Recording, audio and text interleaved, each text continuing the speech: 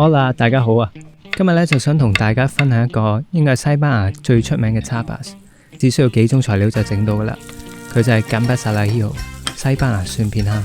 事不宜遲 ，Let's come on in。咁首先呢，就將蒜頭切片啦。咁咧其實咧，如果你份量唔多嘅咧，一粒蒜頭咧都應該好足夠噶啦。然之後咧就準備一個細嘅陶瓷砂鍋。開大概中細火度啦。如果屋企冇呢種陶瓷嘅朋友呢，你都可以用一個普通嘅煎 pan 去代替嘅。咁出嚟嘅效果呢都好好嘅。咁呢，我哋就可以落翻橄欖油落去，咁落多少少都唔怕嘅。之後呢，就可以落啲蒜片啦。咁就早少少，等啲蒜嘅香味釋放出嚟。然後呢，就可以落啲乾辣椒片啦。咁中意食辣嘅朋友呢，都不妨可以落多少少嘅。再跟住咧就可以落埋啲 pimentón 啦，即係煙燻嘅紅椒粉。咁咧顧名思義咧，佢就會多一種煙燻嘅味道喺度，咁啊出到嚟個會香啲啦。咁你用翻普通嘅 paprika 咧，其實都 OK 嘅。然之後咧就可以加埋啲蝦落去啦。啲蝦咧就事先已經剝咗殼同埋處理好噶啦，咁就留翻條蝦味啦，會靚仔啲嘅。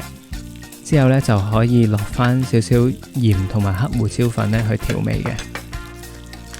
咁咧，其實煮呢個蝦咧就好快嘅啫。咁咧，每邊大概1-2分鐘度咧，應該就熟噶啦。記住咧，就要反一反佢啦，等佢兩邊慢慢都煎香啦，同埋啲蒜片咧，亦都開始會變得金黃色嘅。